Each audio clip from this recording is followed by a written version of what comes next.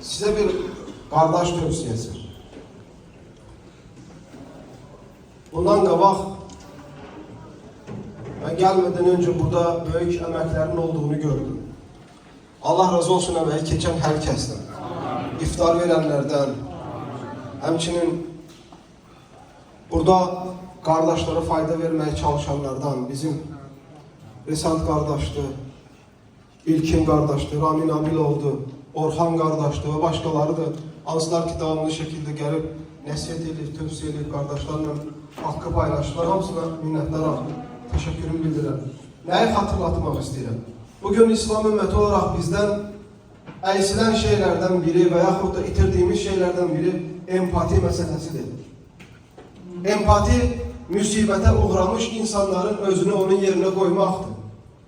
Özünü onun yerinde hissetmek ve onun ne yaşadığını hissedebilmek duygusunun var olmasıdır. Bunu birçok yerlerde, birçok toplumlarda Müslümanlar itiribler. Halbuki bu bizim dinimizin daha ortasıdır. Ömer ibn Hattab radıyallahu anh Amir Ramade olanda, istilik ay olanda, insanlar aç susuz olanda Ömer ibn Hattab da yemirdi. Ömer ibn Hattab radıyallahu anh halifeydi.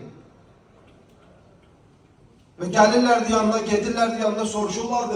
Sen halifesen, sen bu ümmetin başında olmalısan, yemelisən, içmelisən.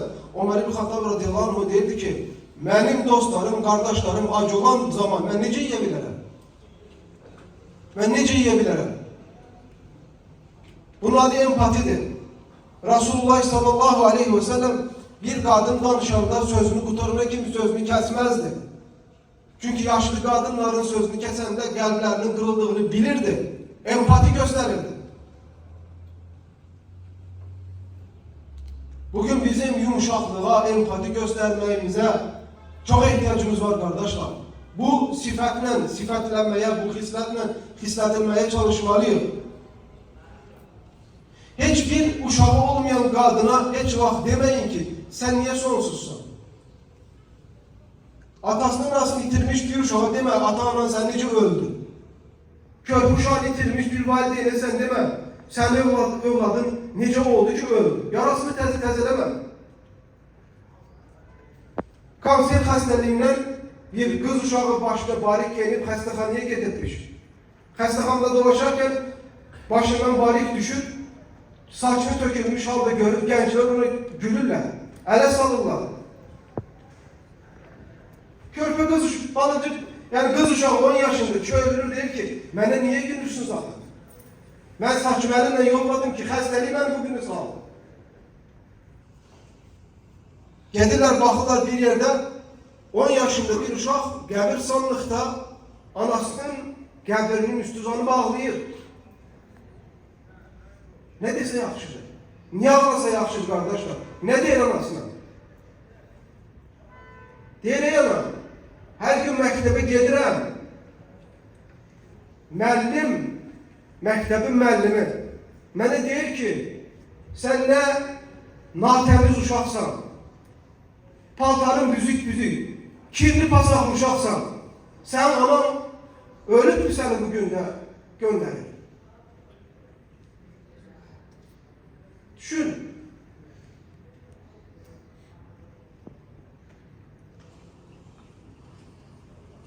Uşaq şikayet ediyor.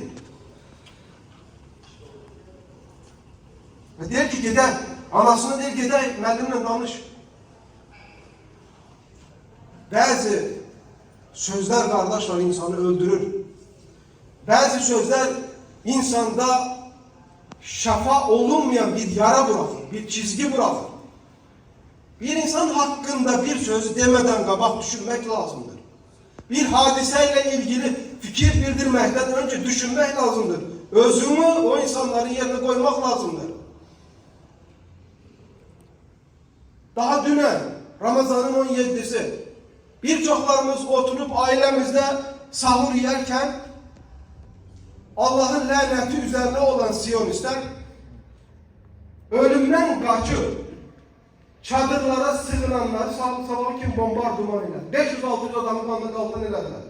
Bugün kalkırız dedik ki körpe uşaklar ölür, yaşlı kadınlar ölür, adamlar ölür.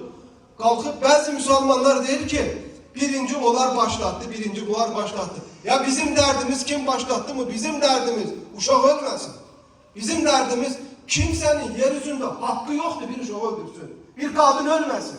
Bir yaşlı insan ölmesin. İnsanları yaptıkları yerde öldürmesinler. Biz bunların dinini, ilgini danışmıyoruz. İnsan soykırımı gelir. Biz burada soykırım olmasın, insan ölmesin dedik. Birileri kalkıp oradan der ki birinci o başlattı, birinci bu başlattı. Görün böyle bir vicdan olar mı insanda? Böyle bir vicdan olar mı insanda? Empatisi ölmüş insanın vicdanı ölmüştür.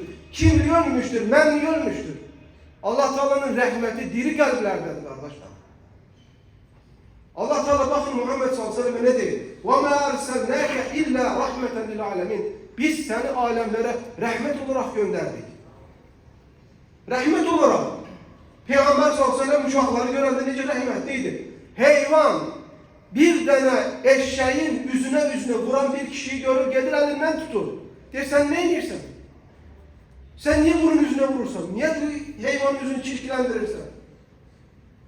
Bir deve Resulullah sallallahu aleyhi ve sellem görende ağlayır, şikayet ediyor. Peygamber sallallahu aleyhi ve sellem başa düşür ki Yasin bunu işledir ama buna yemeği vermir. Getir Yasin'i çağırır. Der ya bunu sat ya azat eyle. Ya işledirsen yemeğini ver. Bizim dinimiz heyvana böyle zulmelemeye kardeşler. Rava görmür, izin vermir. Bunun hamısı empati göredir. Resulullah sallallahu aleyhi ve sellem der ki benim ümmetim bir ceset gibidir. Bir cesette bir organ ağrıyarsa insanın bütün bedeni ağrımalıdır. Bugün İslam ümmetinin bir tarafta başına gelmeyen işler kalmır, o biri taraftan ise insanlar ona bakıp seyirci kalmaları değil. Müslümanları kınıyorlar.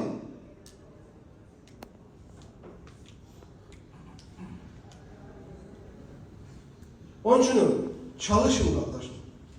Çalışın, dininizi güzel öğrenin. Vallahi dinini güzel bilmeyen insan, diniyle, imanıyla gurur duymayan insan, dininde olan güzellikleri bilmeyen insan bu İslam dinine zarar verir. Nece ki bilgisi olmayan, başarısı olmayan, savadı olmayan bir doktor hastani öldürürse, bakın dinini düzgün bilmeyen insanlar da eləcə de İslam dini məhv edir. Həcce ümreye gidenleriniz görmüşsünüz. Müslümanların sayımı yoktu. Milyarlar, 2 milyar Müslümanı, 2 milyar. En zengin ülkeler Müslümanların ülkesi. En dünyanın varlıkları Müslümanlar. Yine de ölenler Müslümanlardı. Kanla kalkan olan Müslümanlardı. Yolda kalan Müslümanlardı. Arvatları tecavüz olunan çok yerde Müslümanlar. Niye? Çünkü empati yoktu. Kardeşlik yoktu. Özünü başkasının yerine koymak yoktu. Elindeki xeyri başkasıyla paylaşmak yoktu. İnsanların durumunu hallanmamak yoktu. Herkes özünün pisliklerinin örtmesi için başkalarının günahlarını aktardı. Geçmişte böyle değildi. Geçmişte böyle değildi kardeşler. Onun için bakın siz cavanlar bu ümmetin geleceğisiniz. Bu cavanlar sizin çok avantajlarınız var bugün. Kolunuzda güç var. Yaddaşınız güçlüdür. Organlarınız sağlamdır. Bu dini öğrenme fırsatınız çoktur. Çalışın bu dininizi öğrenin. Öğrendikçe Allah'ı seveceksiniz. Allah'ı sevdikçe emelleriniz çoğalacak. Emelleriniz çoğaldıkça Allah'a yakınlaşacaksınız. Allah sizi her zaman himaye edecek. Bu dinle gurur duyacaksınız. Bu dini yaşamaktan utanmayacaksınız. Birçok insanlar var kendimizde. Çok yaxşı insanlardı vallahi. Birçok 50 yaşında, 60 yaşında adamlar çok yaxşı insanlardı. Bilirsiniz ne namaz kılmır diye utanırım. Tay tuşum bir de Molla diyer, tay tuşum onu diyer, bunu diyer. Ama biz bu şeyleri kırağa koyup dinimizi öğrenmeye çalışsak, dinimizdeki güzelleri hiç kesin ne demeyi bizim umurumuzda olmayacak. Ama hamdolsun Allah'a. Allah'a hamdolsun. Seneler olsun. Yine de Allah Azze ve Celle görürsün nurunu tamamlayır. Ne kadar insanlar namaz kılmaz dediklerimiz bugün namaz kılır. Oruç tutmaz dediklerimiz oruç tuturlar. Ömründe mescidin kapısını tanımayan insanlar gelir mescidde secde ediyor. Vallahu mutimmu nurihi ve lev kerihel kafirun. Allah öz nurunu tamamlayacak. Hatta inanmayanlar bunu istemesidir. Onun için kardeşler çalışın. bu kardeşliği, bu nemeti, bunları hamısını değerlendirin ve size kalan şeyler bu hayatta bu olacak. Hiçbir şey siz yitirmirsiniz ki. Hiçbir şey.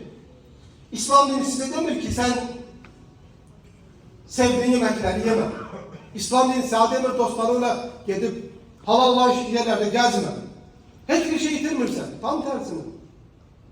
Bir insan Allah'a asi oldukça, Allah'ın haram ettiği şeylerde lezzet aktardıkça, Allah'ın olsun o insan daha da bedbaht olur, daha da lezzet almaz bir vaziyete düşür. Kimi görmüşsünüz kardeşler?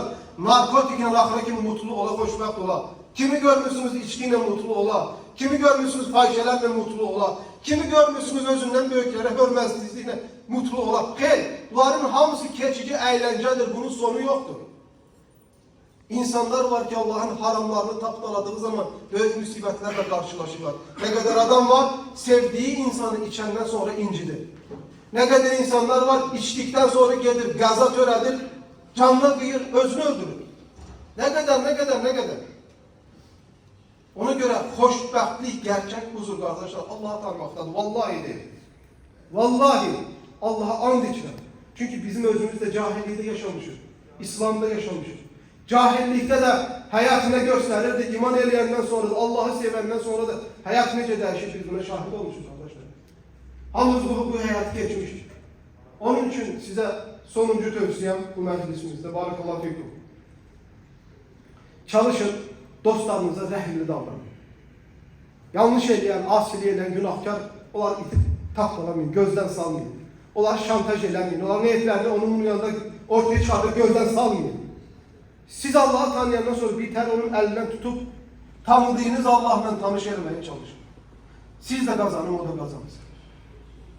Biz bu yolla giderikse inşallah hamımız faydalanacak. Allah Teala bizi dinini memnun eylesin. Allah Teala bizi sabit eylesin. Allah Teala bize ondan korkudası, elim nasip eylesin. Riyakarlıktan ve bütün vesilelerden uzak eylesin. Allah razı olsun. Selamun Aleyküm ve Rahmetullahi ve Berekatuhu.